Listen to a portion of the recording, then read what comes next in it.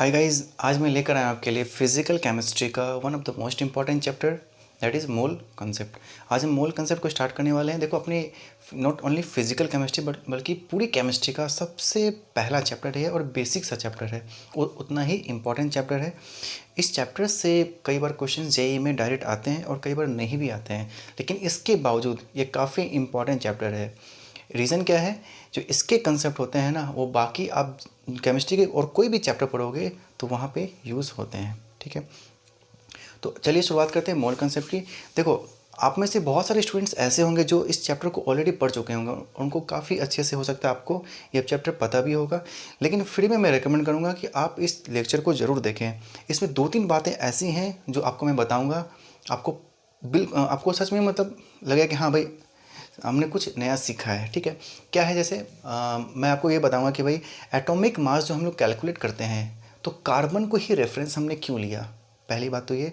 दूसरी बात है कि 1/12 से हमने डिवाइड क्यों किया, क्यों 1/12 से डिवाइड करते हैं, हम उसकी जगह हाइड्रोजन को भी ले सकते थे। ठीक है, तो ये सारी बातें हम इस लेक्चर के दौरान करेंगे। तो चलिए शुरुआत करते हैं हम मोल कंसेप्ट की। हेडिंग डालेंगे मोल कंसेप्ट। इस चैप्टर की शुरुआत करेंगे हम एटम से। देखो, बेसिक सी बातें हैं भाई, मैटर से बातें स्टार्ट होती हैं, मैटर, स्टेट्स ऑफ मैटर, है ना। तो वो सब चीज़ें आपको ऑलरेडी पता होगी, तो हम लोग स्टार्ट करते हैं डायरेक्ट एटम। हेडिंग डालेंगे एटम।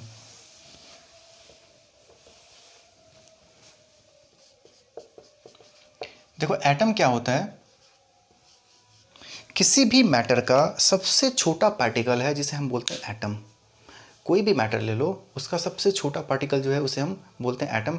ऐसा डाल्टन ने बताया था। ठीक है, एक्चुअली ये बातें डाल्टन से पहले, मतलब लगभग आज से 2500 साल पहले, महर्षि कणद जो अपने इंडियन साइंटिस्ट थे, उन्होंने ये बातें पहले बताई है कि कोई भी द्रव्य, जिसे हम इंग्लिश में बोलते हैं मैटर, कोई भी द्रव्य छोटे छोटे कणों से मिलकर बना है, छोटे छोटे पार्टिकल से मिलकर बना है, जिसका नाम उन्होंने दिया था परमाणु।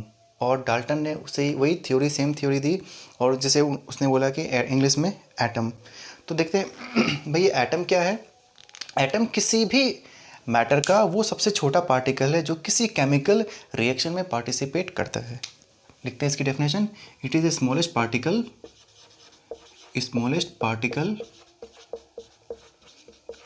Of any matter which participates in any chemical reaction. किसी केमिकल रिएक्शन में पार्टिसिपेट करने वाला सबसे छोटा पार्टिकल जो है वो मैटर का, इसी से हम बोलते हैं एटम। सपोज करो अपने पास में एक मैं रिएक्शन लिखता हूँ, अपने पास मान लो N2+H2, इससे हमने बनाया अमोनिया NH3। ठीक है, देखो इस रिएक्शन में अपने पास में नाइट्रोजन के 2 एटम्स हैं, हाइड्रोजन के 2 एटम्स हैं। टोटल अगर देखे जाए तो 6 एटम्स हैं जिससे अपना अमोनिया फॉर्म हुआ है। देखो, इस रिएक्शन में कहीं भी हमें सब एटॉमिक पार्टिकल्स यानी इलेक्ट्रॉन्स, प्रोटॉन्स और न्यूट्रॉन्स दिखाई नहीं दे रहे हैं। आपके दिमाग में ये सवाल जरूर आया होगा कि भाई एटम तो खुद ही छोटे छोटे पार्टिकल, सब एटॉमिक पार्टिकल से मिलकर बना है, इलेक्ट्रॉन, प्रोटॉन, न्यूट्रॉन से, तो उसके बावजूद एटम सबसे छोटा पार्टिकल कैसे हुआ? तो यहाँ पे देखो डेफिनेशन पूरी पढ़ो। Smallest particle of any matter which participates in any chemical reaction. Matter का सबसे छोटा पार्टिकल है ये जो किसी केमिकल रिएक्शन में पार्टिसिपेट करता है ना। केमिकल रिएक्शन में एटम्स ही पार्टिसिपेट करते हैं, इलेक्ट्रॉन, प्रोटॉन और न्यूट्रॉन पार्टिसिपेट नहीं करते हैं। इसलिए बोलते हैं कि मैटर का सबसे छोटा पार्टिकल एटम है जो केमिकल रिएक्शन में पार्टिसिपेट करता है। ठीक है, ये तो बातें हुई एटम की। अब देखो, कहानी की शुरुआत होती है इसके मास से। इसकी हमें मास कैलकुलेट करनी है। ठीक है, देखो ये एटम जो होता है इतना छोटा होता है, इतना छोटा होता है जिसे हम खुले आंखों से नहीं देख सकते हैं। अब देखो, ये वैसा पार्टिकल है जिसे हम आंख से नहीं देख सकते हैं, उसके बावजूद हम इसके मास को कैलकुलेट करने में इंटरेस्टेड हैं। क्यों? इसकी ज़रूरत क्यों पड़ी? देखो आज से लगभग 100-150 साल पहले मेडिसिन्स काफ़ी ज़्यादा बन रहे थे, तो मेडिसिन्स बनाने में बहुत अलग अलग टाइप के केमिकल्स, मॉलिक्यूल्स चाहिए थे हमें, मतलब मॉलिक्यूल्स का फॉर्मेशन करना ज़रूरी था। तो भाई ऐसे में एक फ़िक्स प्रोपोर्शन, एलिमेंट्स के एक फिक्स प्रोपोर्शन का होना काफ़ी ज़रूरी है। भाई फिक्स प्रोपोर्शन कब होंगे? जब उनका हमें मास पता होगा। मास पता होगा तभी तो हम बना पाएंगे। जैसे मान लो अपने पास में ग्लूकोज है C6H12O6, ठीक है। मान लो हमें ग्लूकोज बनाना है, तो भाई कार्बन के 6 एटम्स, हाइड्रोजन के 12 एटम्स और ऑक्सीजन के 6 एटम्स हम मिलाएंगे तभी ये बनेगा ग्लूकोज, है ना। अब कार्बन का हमें मास ही अगर पता नहीं हो, हाइड्रोजन का मास पता नहीं हो, ऑक्सीजन का मास अगर पता नहीं हो, तो भाई कैसे हम फिक्स प्रोपोर्शन में काम कर सकते हैं, ठीक है। तो इसके लिए एटम्स के मास का कैलकुलेशन बहुत ज़रूरी था। तो देखते हैं किस तरीके से मास का कैलकुलेशन किया गया। थोड़ा ध्यान से इस चीज़ को हम समझेंगे क्योंकि ये इम्पोर्टेंट है। तो हेडिंग डालेंगे atomic mass. Atomic mass, atomic mass.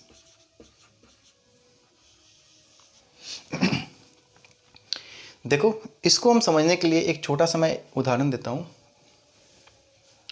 Suppose करो अपने पास, मान लो कि आप बाज़ार गए, ठीक है, आपको कोई सामान खरीदना है, 1 केजी चीनी खरीदना है। तो क्या करते हैं, आप किसी शॉप में जाते हो, वहाँ शॉपकीपर क्या करता है, एक साइड में 1 केजी का कॉइन रखता है और दूसरे साइड में शुगर रखता है ना, और उसके अकॉर्डिंग मेज़र करता है। ये बैलेंस हो गया तो हम बोल देते हैं कि भाई ये 1 केजी शुगर है। तो इसी के बेस पे हमने एटम के मास का कैलकुलेशन करना स्टार्ट किया। अब दिक्कत क्या आई, देखो यहाँ पे 1 केजी शुगर मेज़र करने के लिए अपने पास में 1 केजी का कॉइन था, लेकिन एटम इतने छोटे होते हैं, इतने छोटे होते हैं कि भाई उतने, मतलब समझ लो कि मैंने बोला कि मैटर का सबसे छोटा पार्टिकल है। भाई इतना छोटा पार्टिकल है तो उतने छोटे कॉइन्स तो नहीं बन सकते ना। तो अब क्या करना होगा, तो उसके लिए साइंटिस्ट ने बोला कि एटम्स के जैसा सबसे छोटा पार्टिकल तो भाई एटम ही होगा। तो क्यों ना हम एक एटम को बेस बनाएं, एक एटम को ही आधार बनाकर चले हम, जिसके रेफरेंस से, जिसके रिलेटिव से हम बाकी दूसरे एटम्स के मास का कैलकुलेशन करेंगे। तो उन्होंने क्या किया उन्होंने काफ़ी रिसर्च किया। तो फाइनली उन्होंने बोला कि हम कार्बन को लेकर चलेंगे, जो कार्बन है उसको लेकर चलेंगे, ठीक है। अब कार्बन भी अलग अलग आइसोटोप्स में मिलते हैं, कार्बन C612, C613 और कार्बन 14। ये 3 अलग अलग आइसोटोप्स हैं कार्बन के, ठीक है। ये जो है ये तो खैर रेडियो एक्टिव ही है, इसकी तो बात ही नहीं करनी हमें। सबसे ज़्यादा इजीली ये मिल जाता है, अवेलेबल होता है। तो अब देखो यहाँ पे इन दोनों में से इसे ही क्यों चूज़ किया गया। देखो इसके पास में क्या है, खास बात क्या है, एटॉमिक नंबर 6 है, मतलब टोटल नंबर ऑफ प्रोटॉन्स कितने होंगे 6, चार्ज कुछ भी नहीं है, इलेक्ट्रॉन्स भी 6, और बात करें न्यूट्रॉन्स की तो 12 - 6, ये भी 6। बात करें इस कार्बन की तो देखो यहाँ पे इस कार्बन में प्रोटॉन्स के नंबर कितने होंगे 6, इलेक्ट्रॉन्स के नंबर कितने होंगे 6, और न्यूट्रॉन्स के नंबर 13 - 6, 7। देखो इस केस में क्या है, प्रोटॉन, इलेक्ट्रॉन्स और न्यूट्रॉन्स तीनों के नंबर क्या है, सेम है इस कार्बन में, ठीक है। सेम होने से बेनिफिट क्या होगा, देखो सेम होने से बेनिफिट क्या, देखो जनरली क्या होता है, मास ऑफ एटम बोलते हैं हम लोग क्या, mass of electron plus mass of proton and mass of neutron. Atom के मास का कैलकुलेशन ऐसे करते हैं। अब इलेक्ट्रॉन्स का जो मास होता है प्रोटॉन और न्यूट्रॉन्स के कंपैरिजन में काफ़ी कम है ना। इसे हम चाहें तो नेगलेक्ट कर सकते हैं, इसे हम लिख सकते हैं mass of proton plus mass of neutron. देखो यहाँ पे मतलब कहने का क्या है, प्रोटॉन और न्यूट्रॉन्स के नंबर जो है यहाँ पे बराबर हैं, इसीलिए इस कार्बन को चूज़ किया गया है। अब 1/12 से फिर डिवाइड क्यों किया गया है ये मैं आपको लेक्चर के एंड में बताऊंगा, ठीक है। तो बेस इन्होंने बनाया कार्बन 12 को, वो कार्बन जिसका मास 12 है, मास नंबर 12 है, ठीक है। फिर क्या किया इन्होंने इन्होंने बोला मास ऑफ 1 कार्बन 12 एटम, इसको 12 से डिवाइड कर देते हैं, इसको 12 से डिवाइड कर देते हैं, ठीक है। जिस तरीके से इस वेइंग मशीन में हमने एक साइड कॉइन रखा था, उसी तरीके से वेइंग मशीन में इस बार हम कॉइन नहीं रखेंगे, इसको रखेंगे, कार्बन के एक छोटे एटम को रखेंगे जिसको हमने 12 से डिवाइड किया। तो इसको मैं एक सिंबल से रिप्रेजेंट कर देता हूँ। मान लो अपने पास में ये एक सिंबल है, ठीक है। तो कैसे मेज़र किया गया होगा, देखो यहाँ पे इस साइड में मान लो हमने रखा एक छोटा सा सोडियम का एटम, तो दूसरे साइड क्या करेंगे हम लोग, इसको रखेंगे, हम ब्लॉक को रखते गए।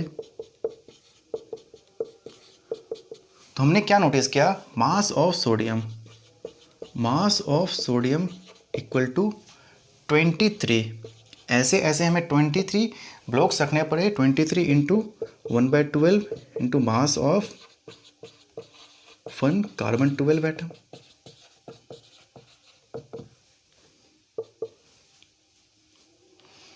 उसी तरीके से इस बार सोडियम की जगह हम कैल्शियम ले लें, तो क्या आया, mass of calcium equal to 40 into 1/12 into mass of 1 carbon 12 atom. तो इस तरीके से मास का कैलकुलेशन यहाँ से स्टार्ट हो गया, है ना। एटम्स के इस तरीके से हमने जितने भी एटम्स थे अपने पीरियोडिक टेबल में, जितने भी एलिमेंट्स थे, सबके एटम का मास हमने कैलकुलेट कर लिया, ठीक है। अभी भी दिक्कत है, दिक्कत क्या है, देखो यहाँ पे जितनी बार हम मास कैलकुलेट कर रहे हैं, लिख रहे हैं, उतनी बार हमें ये चीज़ें बार बार लिखनी पड़ रही हैं, ये बार बार रिपीट हो रही हैं। तो हमने क्या किया, 1/12 into mass of 1 carbon 12 atom को एक सिंबल, एक अलग नाम दे दिया, जिसे हमने बोला AMU। मतलब हमने बोल दिया कि ये 1 AMU के बराबर है, ठीक है। मतलब जहाँ भी हम इसे लिखेंगे उसकी जगह हम रिप्लेस कर देंगे 1 AMU को।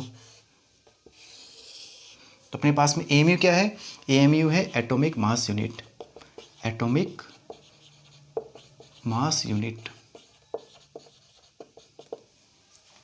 ठीक है। तो यहाँ पे बताओ, देखो मास ऑफ सोडियम क्या हो जाएगा, मास ऑफ सोडियम अपना हो जाएगा ये 23 AMU। उसी तरीके से मास ऑफ कैल्शियम 40 AMU। अब अपने पास में देखो AMU एक नया ही यूनिट आ गया, है ना। जनरली मास को हम लोग कैलकुलेट करते हैं ग्राम में या फिर केजी में, तो भाई हम AMU में कैलकुलेशन क्यों करें, तो भाई बात सही है। तो हम इसे ग्राम में कन्वर्ट अब करेंगे, अब हम क्या करेंगे, इसे ग्राम में कन्वर्ट करेंगे। तो हेडिंग डालेंगे, conversion of AMU to gram, conversion of AMU to ग्राम।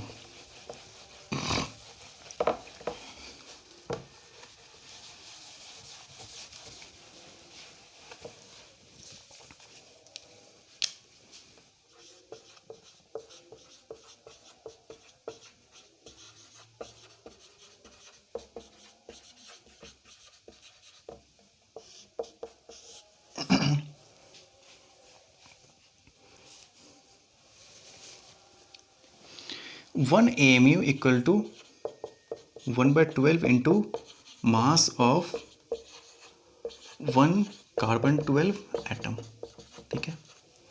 ग्राम में कैलकुलेट करने के लिए हमें एक कार्बन 12 एटम का मास कैलकुलेट करना था। तो देखो यहाँ पे क्या है, मास स्पेक्ट्रोमीटर से हमने क्या किया, कैलकुलेट किया कार्बन 12 के एक एटम का मास।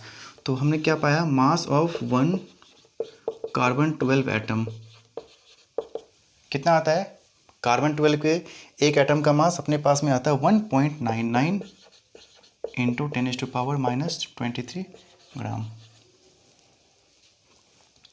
ठीक है। तो 1 AMU की वैल्यू क्या आ जाएगी, 1 AMU equal to 1/12 into 1.99 into 10⁻⁻23 gram. ये अपनी वैल्यू क्या आ जाएगी, 1.66 इंटू 10⁻⁻24 ग्राम, 1/6.022 इंटू 10⁻23 ग्राम। इसे हम इस तरीके से भी लिख सकते हैं, मतलब 1.66 इंटू 10⁻⁻24 जो था अपने इस वैल्यूज़ के बराबर आ गया। देखो यही नंबर है जो बार बार हमें परेशान करता है ना। इसे हम 1/NA ग्राम भी लिख सकते हैं। इस वैल्यू को हम लोग बोलते हैं एवोगाड्रो नंबर, एवोगाड्रो एक साइंटिस्ट थे, उन्होंने अपने नाम पे ही इस वैल्यू को उन्होंने ही बताया था, इस वैल्यू को, तो हम इसे बोलते हैं इसलिए एवोगाड्रो नंबर। तो अपने पास में 1 AMU की वैल्यू क्या आ गई ग्राम में, 1 AMU equal to 1/6.022 into 10⁻23 gram.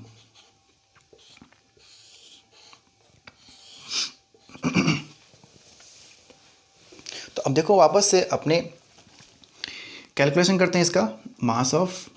Mass of calcium क्या था, 40 इंटू मास ऑफ कैल्शियम क्या था 40 AMU, तो उसको ग्राम में करेगा तो 40 इंटू 6.022 इंटू 10⁻23 ग्राम।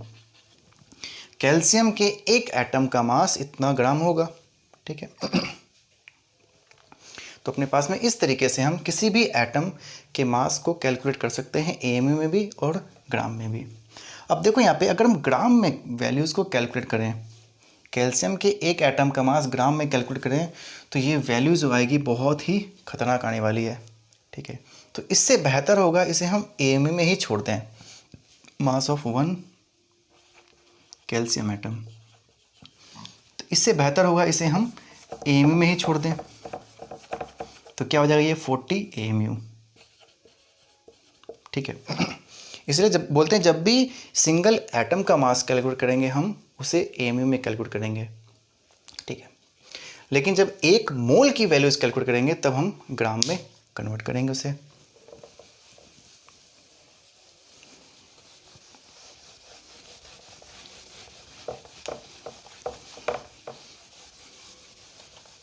देखो समझो इस चीज को,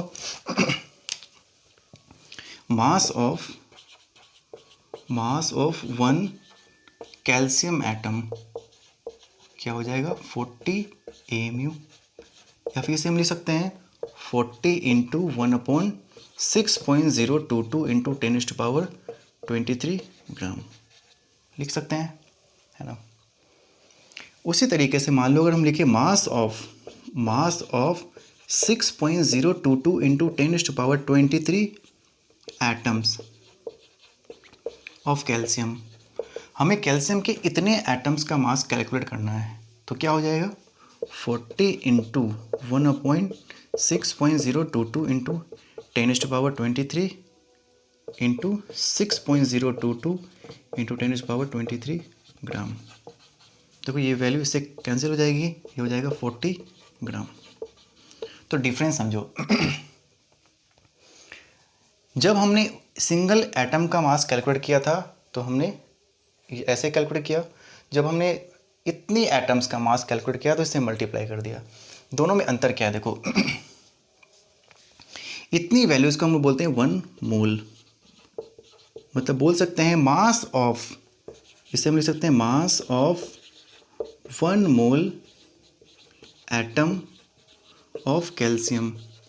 कैल्शियम के 1 मोल एटम का मास कितना होगा 40 ग्राम। वहीं बात करें मास ऑफ 1 एटम ऑफ कैल्शियम, तो क्या हो जाएगा 40 AMU।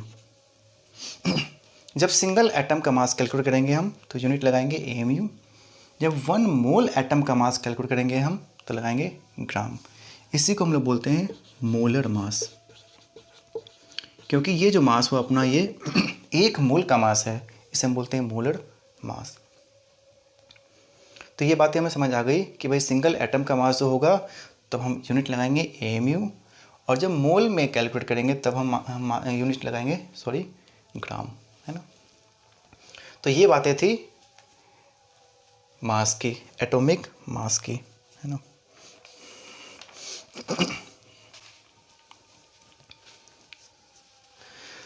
अब बताता हूँ मैं आपको कि भाई कार्बन को ही क्यों लिया गया, ठीक है, और 1/12 से डिवाइड क्यों किया गया।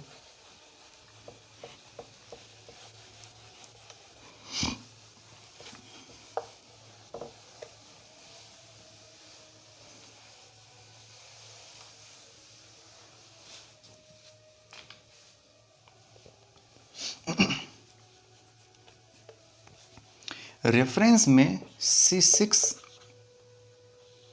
C12 को क्यों लिया गया, इसको समझते हैं। देखो कार्बन जो होता है एक्चुअली एक सॉलिड है, ये सॉलिड है जो इजीली हर जगह अवेलेबल है, हमें काफ़ी आसानी से मिल जाता है ये। तो हमने क्या किया, कार्बन लिया, कार्बन का एक सिंगल एटम लिया और उसको हमने 12 इक्वल पार्ट्स में ब्रेक कर दिया।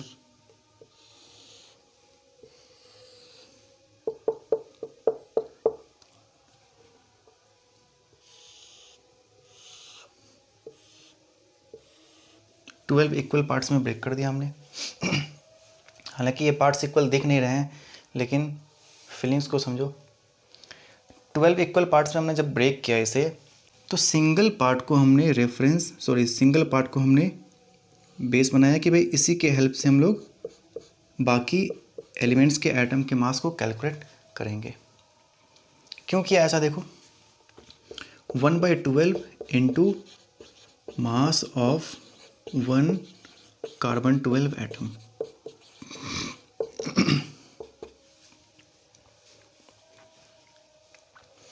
देखो यहाँ पे मास कितना है कार्बन का, मास नंबर कितना है 12, उसको अगर हम 12 से डिवाइड कर दें तो यहाँ पे अपनी यूनिट वैल्यू आ जाएगी, देखो यहाँ पे जैसे भी जब हम लोग मास को मेज़र करते हैं, सपोज़ करो अपने पास में 100 kg का कॉइन है, तो वो कैसे बनाया गया होगा, 1 kg को बार बार रिपीट करने के बाद 100 kg बना होगा। उसी तरीके से 100 ग्राम कैसे बना होगा, 1 ग्राम को 100 टाइम्स मल्टीप्लाई करने के बाद।